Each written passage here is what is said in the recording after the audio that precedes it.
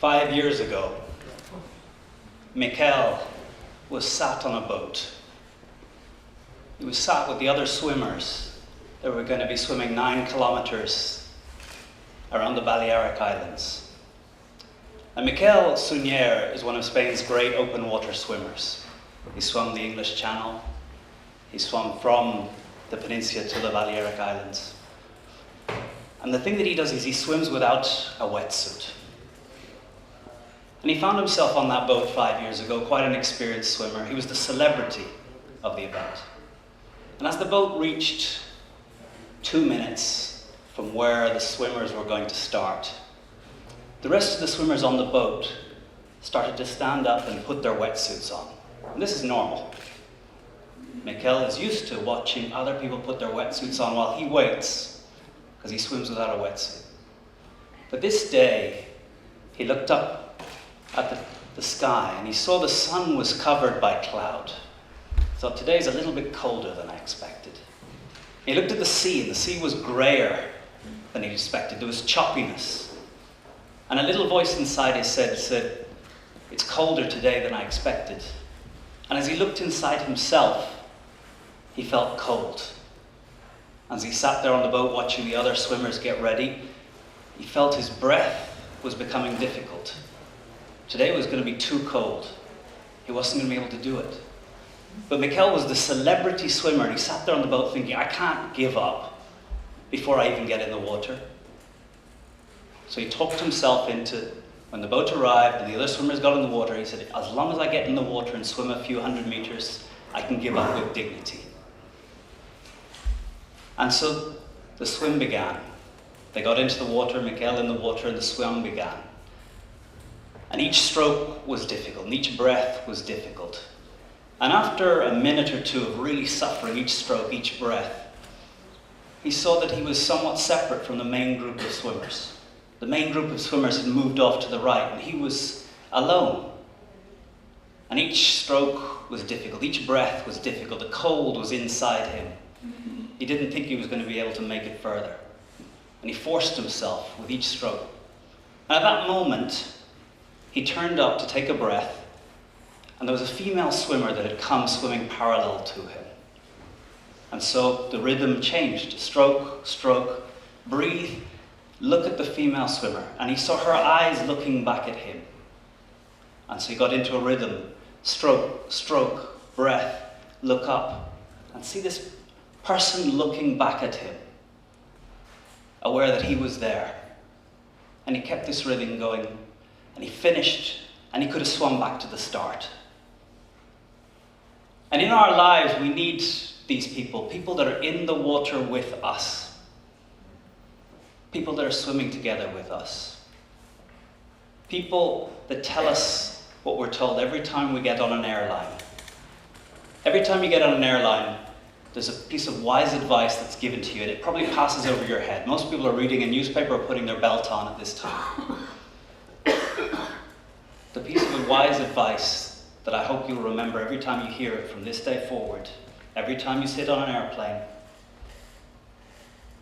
put your own mask on first. We need people that tell us this when we're struggling, when we're in the water. But we need them to be on the plane with us. We need them to be in the water with us. And what myself and Angel are here to share is a couple of stories about something that's been lost. About a role that we need in our lives if we're going to live a full life. It's a role that used to be there in the times of our grandparents, but society has lost the presence of this role. In many of our lives, this role doesn't exist. Now, when I was 14, my father's job moved from Dublin to Chicago. I went from a little Irish school, 300 people, to a massive American high school, like you see in the movies. They really are like that. An entire city block, una manzana. 4,000 students in high school. I spoke the same language, but no one understood me. I wore normal clothes, but they were rather weird for Americans. It was a tough move, but I met the teacher that had most impact on my whole life, Mr. Matz. Mr. Matz taught biology. And 2 weeks in to this course of biology in the United States, there was a homework assignment. I handed in my homework assignment, and on the Monday, Mr. Matz handed back these homework assignments, and we each had the page on our desk. And I remember turning it over, sat there in my American high school, age 14, turning over the homework and looking up at the top in red, 11 out of 10. And I looked at this, I thought, 11 out of 10, there's only 10 marks. It's a mistake. It took me 3 days to build up the courage. So at the end of the class on the Wednesday, I went up at the end of class and I said, Mr. Matz, about the homework. Showed him the 11 out of 10. I said, I think you've made a mistake. There was 10 marks. Mr. Matz looked at the page, looked at me, and he said, 10 was for the best I expected. You went beyond what I could have ever expected on this. And this moment changed the way I saw so many things in life. Imagine a grade beyond A, a grade beyond 100. Who sets this limit?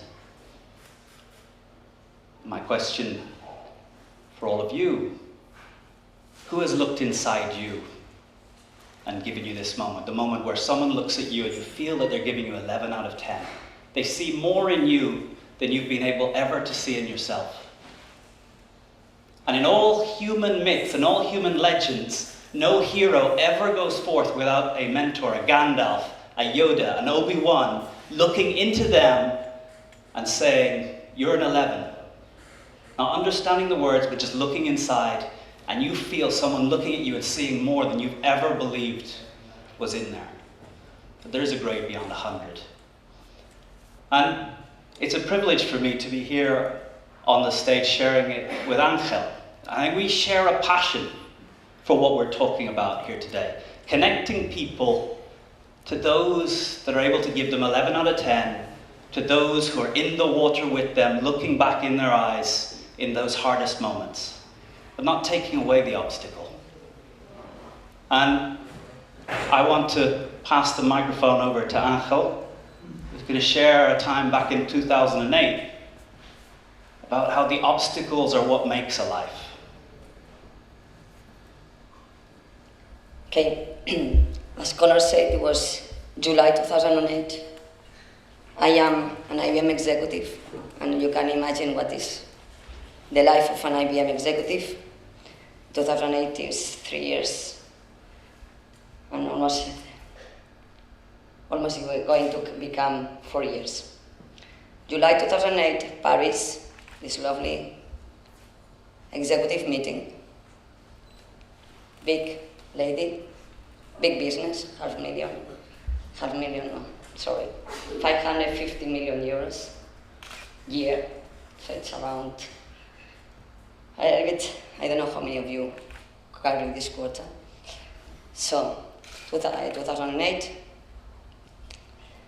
sitting in Paris, all executives, this lovely class, we are trained to be perfect.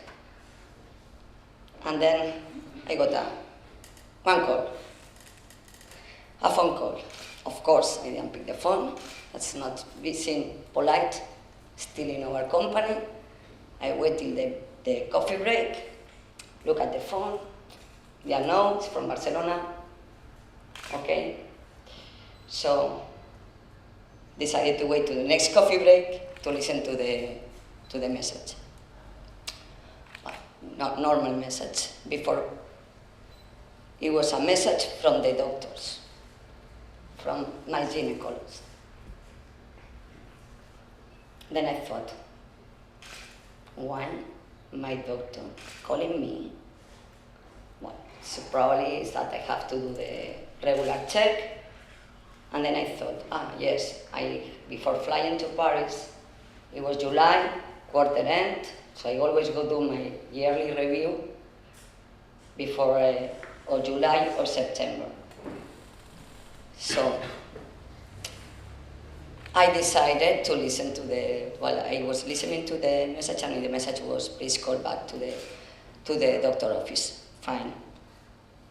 The day went over, so then we were time for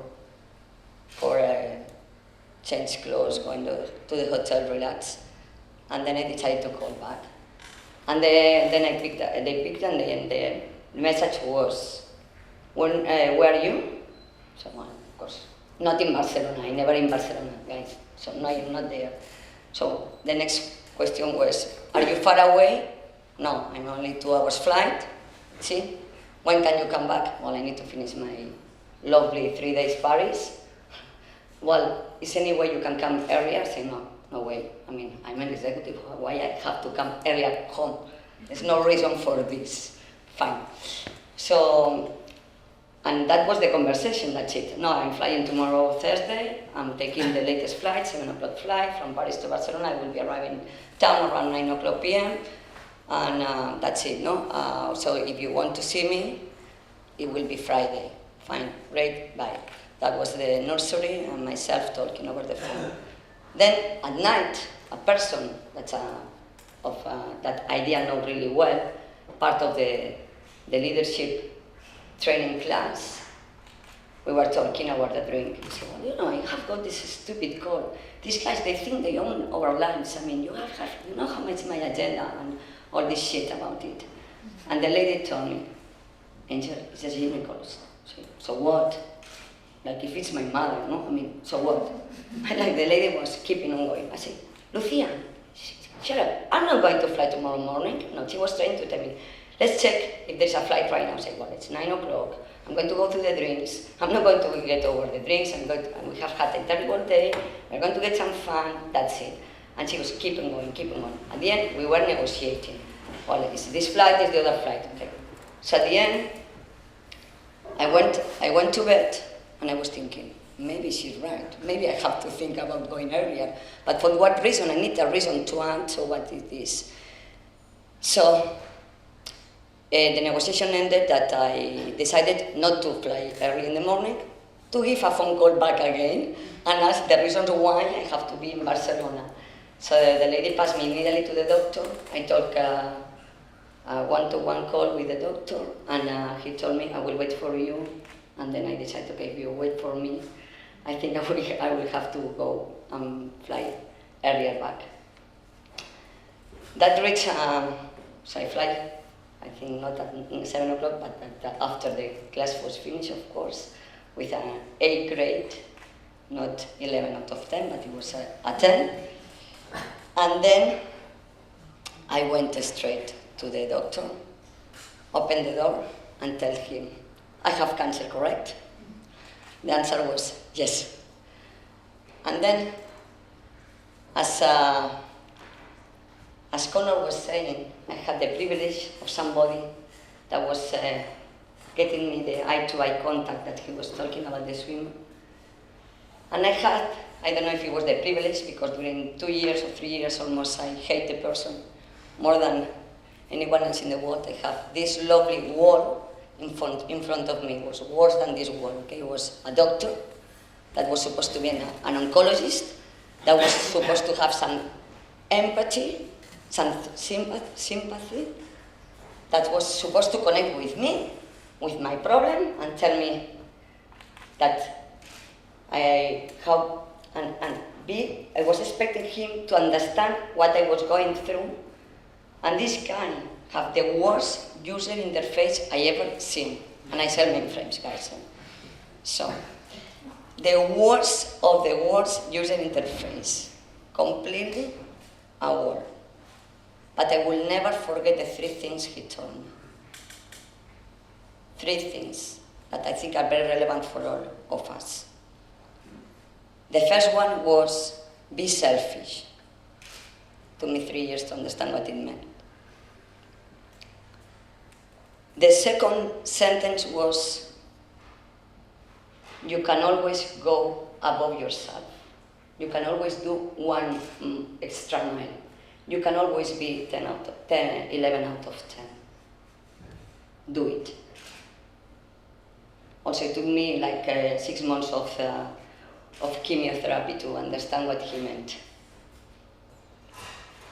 And the last, and very relevant, is don't make patterns out of your past behavior. Don't make patterns out of your past behavior. That was absolutely something I never thought that I was doing, because I am a very creative person. That's why I am here to help you guys to make your startups a real big business. And that's a lot of times what we do to ourselves. So we really want to change the world. And that's why I am here today, spending this morning with you, after sleeping 2 hours, breaking all the rules of society, and spending my time today is because I am a 100% believer that we can change this world. We can change this world. And this is wanted to share. First time I have shared my story. It's, well, I enjoy life. I really like, and I really like to live. And I like to live with fun.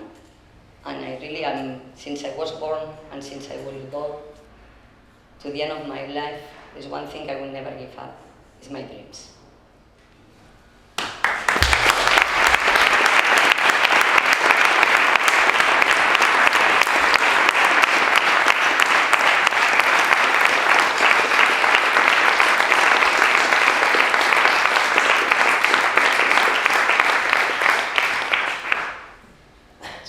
I'm the lucky one because I got to spend yesterday with Angel talking about this, about what are these things that make our life, these people that have shaped us and allowed us to be here today.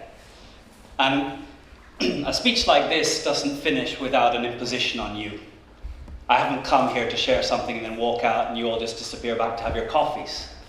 There's a demand that we're going to place upon you for sitting in this room here today. Nothing ever comes without a price. But what we're talking about here, there's a role that's gone in society. This role of the person who can look into your life and say, you are 11. This role of the person who's in the water with you. And this isn't the role of teachers. I don't believe that the job of teachers is to help you to excel. It's to ensure that no kid is left behind. It's not the role of teachers, not the desire of teachers to see you get 11 out of 10. It's not the role of your parents. Parents don't want you to suffer. They don't want you to feel pain. They don't want you in the water. They want you where it's safe. So it's not your parents, it's not your teachers, and it's not your friends. The friends from the past loved the person you used to be. That's the person they want to spend time with. So it's not your friends that are going to play this role. But who plays this role in your lives? Who is the person who can look into your life and give you the 11 out of 10? Who are the people next to you in the water, next to you on the plane, next to you in the business, that share the experiences but don't take on and take away from you the obstacle? Because what I think the worst thing you can do for an entrepreneur is reduce the size of the obstacle. The worst thing you can do in a human life is take away their ability to earn what they truly need to earn. Say, knowledge can be given, but wisdom can only be earned through life, through living. So for entrepreneurs in Barcelona, the worst thing you can do is give them a grant. The worst thing you can do is reduce the costs, because that's reducing the size of the obstacle, and you don't make diamonds by removing the pressure. But the diamonds can be broken if there's no one around to look inside once in a while and say, you have what it takes. You are strong enough. And what this is the two moments I want you to remember in life. One, when Penelope Cruz comes on television the next time on a Pantene Pro V ad. Most important message in life. And I've sold private jets. I sell education. I've sold big things of consulting. And it's all about what Penelope Cruz says at the end of the Pantene Pro V ad. And I'm not going to do the head movement because there's not a lot of hair to carry it off. But when she turns and she looks, because you're worth it. porque tú lo vales. My request for all of you is you say this to somebody in the next day. Not a friend, not family, but someone a little bit outside, because that's where it's going to really have the impact. And the other moment, the airline moment, put your own mask on first. When people come to you for help with their sob stories, with what's difficult, I want you today to listen to the story, look at them, and not give them pity. Pity is what creates victims. Pity is what creates people that enjoy more the problem than moving forward. So my request today is you do more Penelope Cruz moments, and when somebody gives you their story, you don't give pity, you look inside them, you're in the water with them, you look them in the eyes, and you say, you are strong enough. Do not wish it was easier, know that you are strong enough. Keep moving. That is what we want to leave you with today. Everybody who's sat here in this audience at TED, who has the choice of where they choose to spend a Saturday morning, is a leader. And you are leaders because someone in your life once looked at you and gave you 11 out of 10. And you are leaders because there are people out there that are in the water with you, and when you needed it, they looked you in the eyes. And so our finishing request from Angel and myself is that you go back out there and you play this role. Not for your friends, not for your family, not to your teachers, but to someone else, because that's where it's going to have the impact. And that's what we close with. Penelope Cruz and every airline journey. These are the messages. Go forth and make a difference.